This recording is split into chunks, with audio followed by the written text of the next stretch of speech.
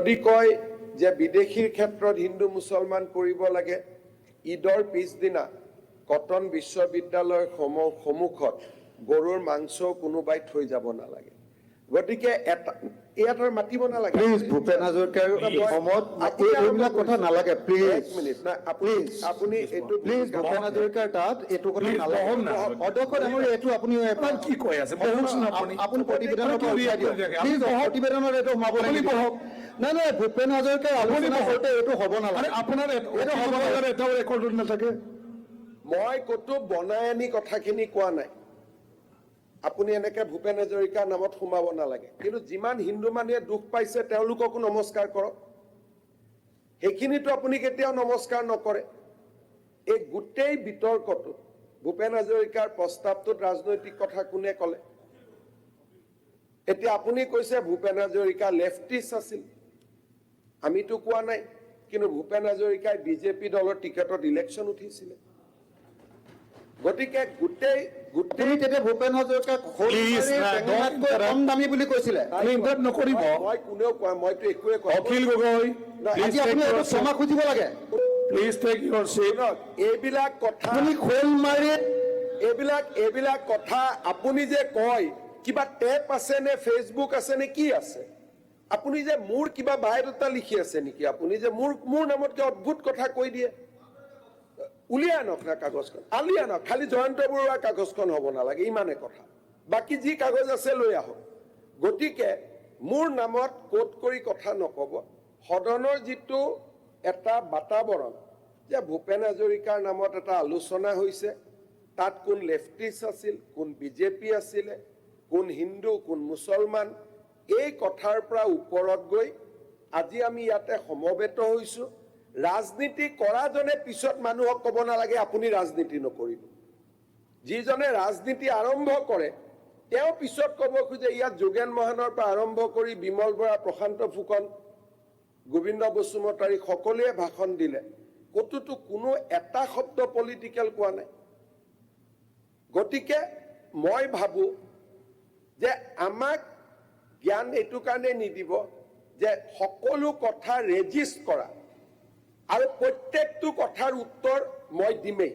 ইয়াত কোনো আপত্তি নাই, কাৰণ মই ইয়াত বিধানসভাত আনচেলেঞ্জ একো কথা যাব দিব নোখোজোঁ। This is a big proceeding. আপুনি যদি কৈ দিয়ে যে ভূপেন হাজৰিকা এজন বামপন্থী আছিল, নহয়, তেওঁ এজন মানৱপন্থী আছিল, তেওঁ এজন হিউমেনিষ্ট আছিল। ভূপেন হাজৰিকাৰ জীৱনটোৱে আছিল মানুহে মানুহৰ বাবে। বামপন্থী আদৰ্শ হৈছে কনফ্লিক্টৰ আদৰ্শ। মানুহৰ বাবে নহয়। It is again rich and poor, proletariat capitalism. সঁচা হ'ব পাৰে, মিছা হ'ব পাৰে, বেলেগ কথা। But Bhupen Hazarika was a humanist. সেইকাৰণে মই এই কথাখিনি ক'লোঁ, চ' ডেট ৰেকৰ্ড ডাজন্ট গ' ৰং।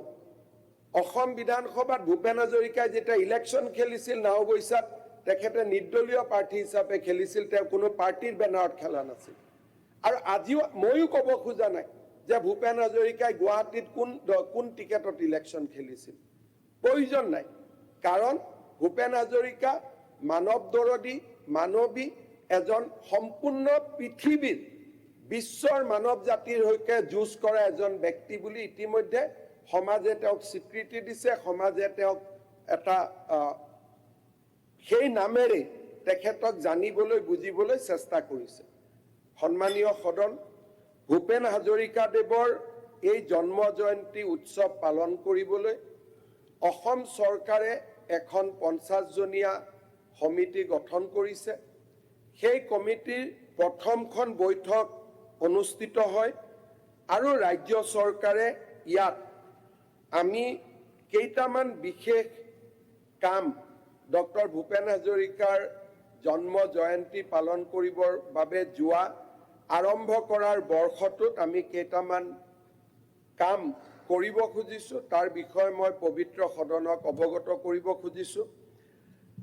প্ৰথম, ডিব্ৰুগড় বিমানবন্দৰক ডক্টৰ ভূপেন হাজৰিকাৰ নামত আমি উৎসৰ্গা কৰিম। 8 ছেপ্টেম্বৰত ভূপেন হাজৰিকা ডাঙৰীয়াৰ বা দেৱৰ 100তম জন্ম জয়ন্তী আমি গুৱাহাটীৰ খানাপাৰা ফিল্ডত আমি অনুষ্ঠিত কৰিম। সিদিনাখনেই 1000 যুৱক যুৱতীয়ে অসম আমাৰ ৰূপহী গুণৰো নাই শেষ এই গানটি সমাজৰ সকলোৰে সন্মুখত 1000 জন যুৱক যুৱতী একেলগে গাই তাক প্ৰদৰ্শন কৰিব।